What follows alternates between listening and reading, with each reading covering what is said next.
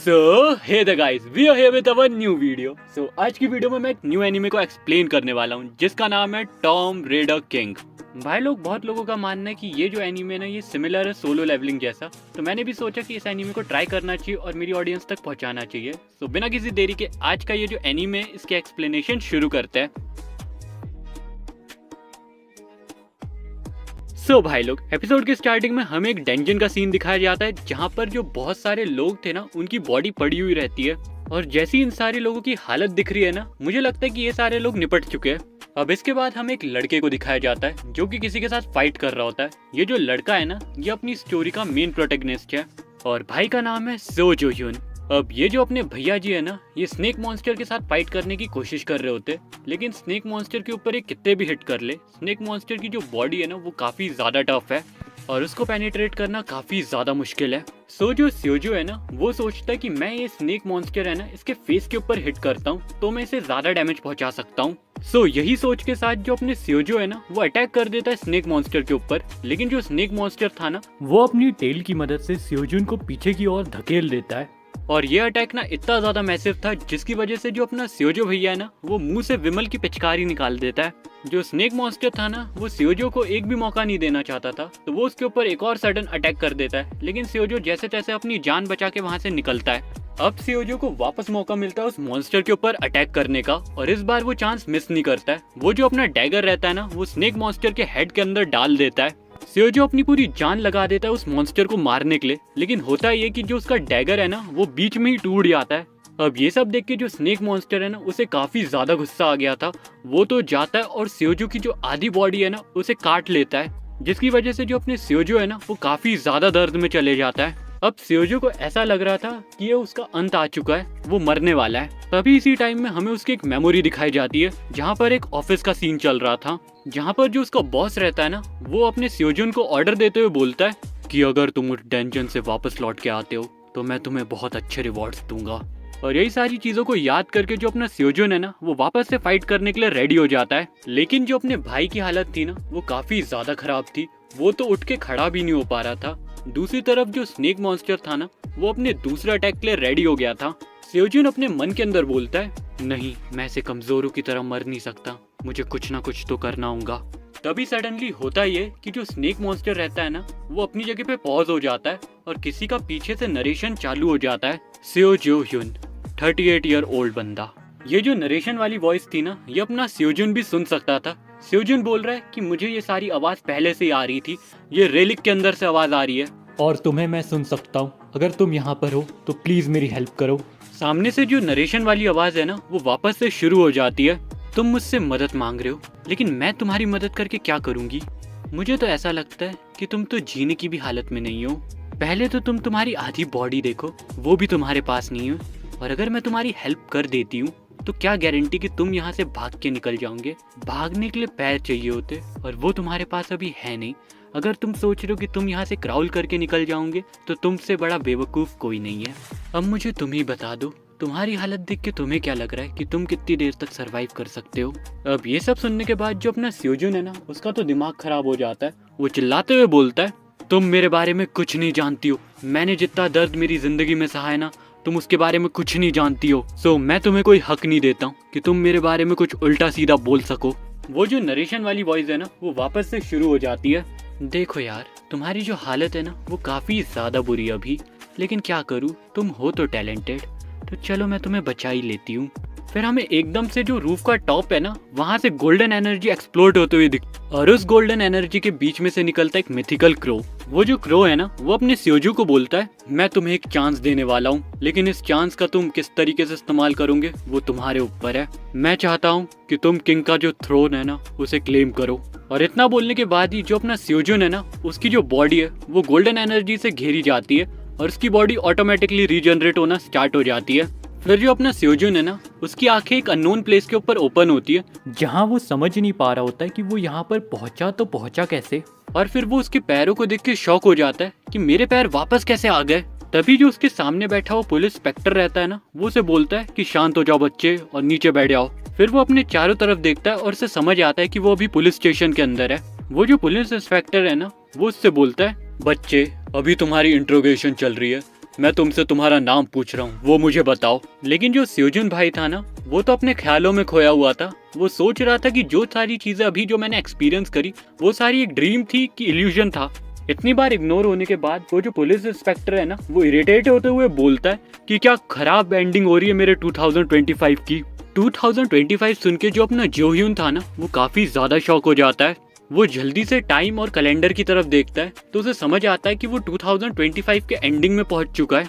वो अपने मन के अंदर सोचता है कि क्या मेरा रीबर्थ हुआ है या फिर मैंने टाइम ट्रेवल कर लिया है। अब अपने जो ह्यून के साइड में एक आंटी आ जाती है और वो कंटिन्यूअसली अपने भाई के ऊपर चिल्लाने लग जाती है। लेकिन जो अपना जो ह्यून था ना, वो तो आंटी की बात सुन ही नहीं रहा था, वो अभी भी उसके ख्यालों में खोया हुआ था। अब ये सब देख के वो जो आंटी है ना, उन्हें काफी ज्यादा गुस्सा आ जाता है और वो अपने जो ह्यून के ऊपर स्लैप करने के लिए हाथ आगे बढ़ा देती है। लेकिन जो जो ह्यून के रिफ्लेक्सेस थे ना, वो काफी ज्यादा तेज थे। वो उस आंटी का हाथ कैच कर लेता है और फिर उसे वो इंसिडेंट याद आता है जो उसके साथ 15 इयर्स एगो हुआ था, जहाँ पर उसने ये जो आंटी का बेटा है ना, उसे काफी बुरी तरीके से पीट दिया था।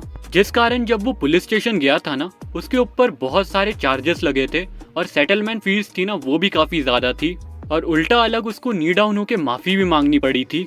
अब जो जो ह्यून है ना, वो प्रेजेंट टाइम में आ जाता है और वो चिल्लाते हुए उस आंटी को बोलता है कि इस बार मैं तुम्हें कोई हाई सेटलमेंट फीस नहीं देने वाला। ये सुन के जो आंटी का बेटा है ना, उसे काफी ज्यादा गुस्सा आ जाता है और वो अटैक करने के लिए बढ़ता है अपने जो ह्यून भाई के ऊपर। लेकिन जो ह्यून के जो रिफ्लेक्सेस थे ना, वो काफी ज्यादा बढ़ गए थे।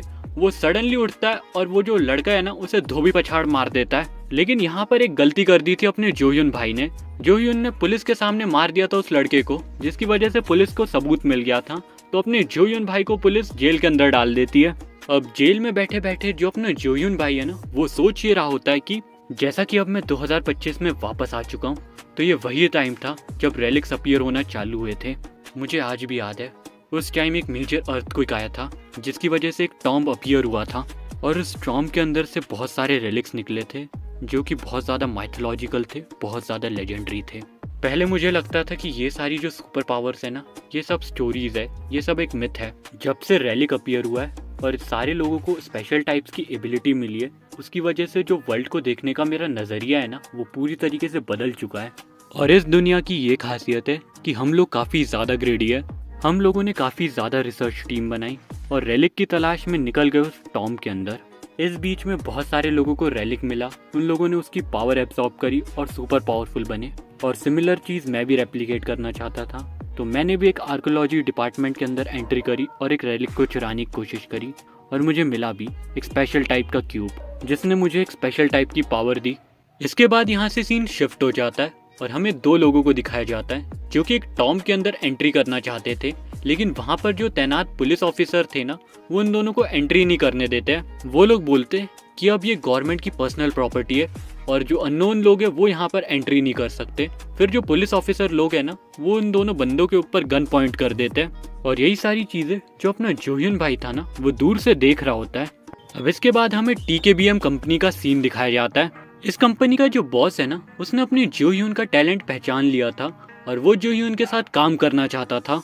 इसके बाद मैंने TKBM कंपनी के साथ काफ़ी सारे काम किए। मैंने उनके लिए चीज़ें स्मगल करी, मैंने उनके लिए टॉम्ब के अंदर से रेलिक्स को चुराया और भी मैंने बहुत सारे काम किए TKBM कंपनी के लिए, जिसकी वजह से उस कंपनी का जो चेयरमैन था ना, उसने अपनी वेल्थ को काफ़ी ज़्यादा बढ़ा लिया था। अब इसके बाद सीन वापस से प्रेजेंट टाइम में आ जाता है, जहाँ पर जो ह्यून था ना, वो अपने मन के अंदर सोचता है, लेकिन वो सारी चीज़ें वैसे ही एंड हुई जैसी होनी चाहिए थी।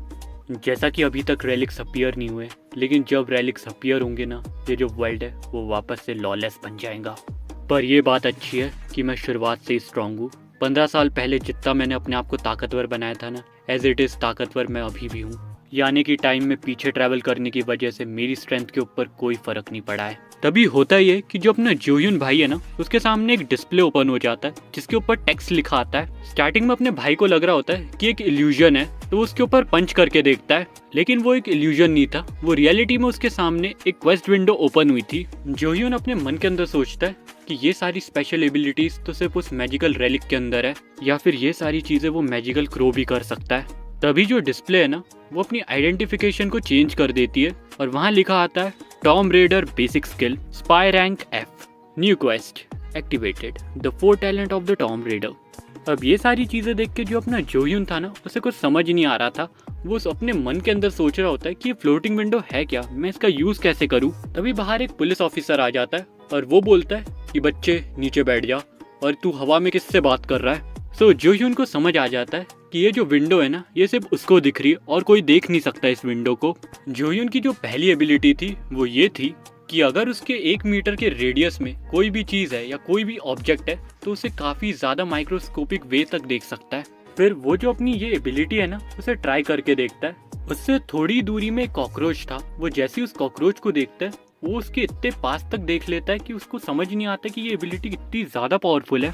अब जोह्यून अपने मन के अंदर सोचता है कि अगर ये मेरी पहली एबिलिटी है तो इसके बाद मेरे पास 3 एबिलिटीज और है। तभी होता ये कि जेहुन की जो जेल है ना, उसके बाहर एक अंकल आ जाते हैं और जेहुन को बोलते हैं कि चलो बेटा, मैंने तुम्हें बचा लिया है। अब ये दोनों ही पुलिस स्टेशन के बाहर आ जाते हैं, जहाँ पर वो जो अंकल है ना, वो जेहुन को बोलते हैं कि तुम जिस लड़के के चक्कर में पड़े थे ना, वो लड़का काफी ज्यादा बुरा लड़का है। उसका काम ही यही है कि वो दूसरों को बुली करता है और उनसे सेटलमेंट फीस लेता है। सो सही मामले में उसको जेल के अंदर होना चाहिए, ना कि तुम्हें।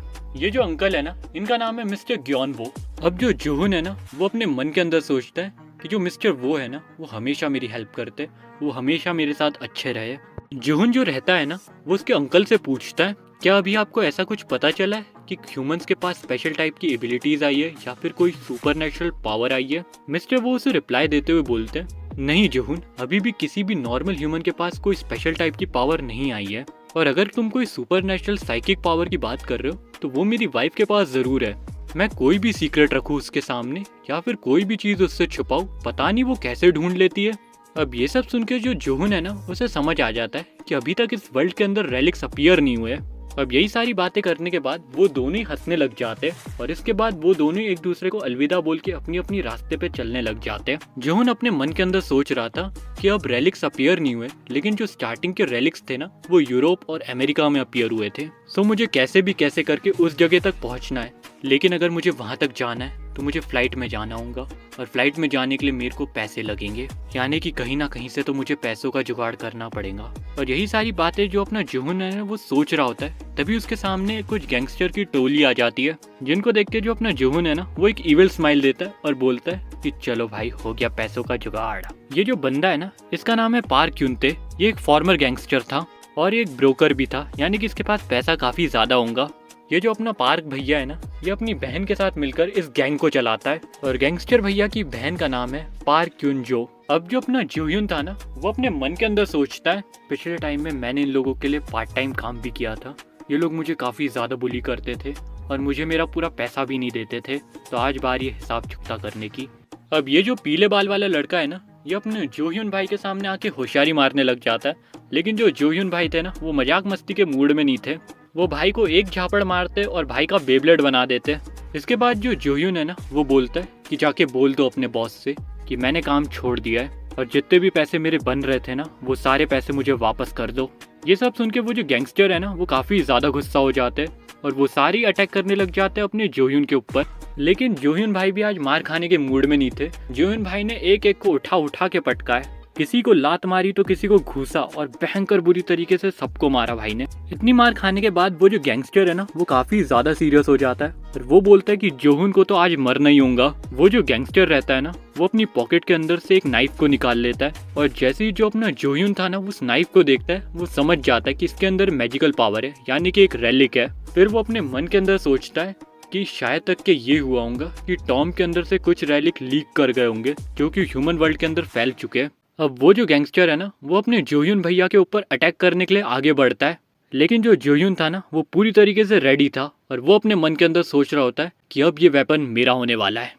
So with this guys, we have completed our episode number 1 of Tomb Raider King. So भाई लोग, एपिसोड कैसा लगा आप लोग लाइक शेयर सब्सक्राइब करके बताइएगा। वीडियो में अगर कोई भी कमी होगी तो कमेंट कर दीजिएगा। मैं मिलता हूँ आप लोगों से अगली वीडियो में।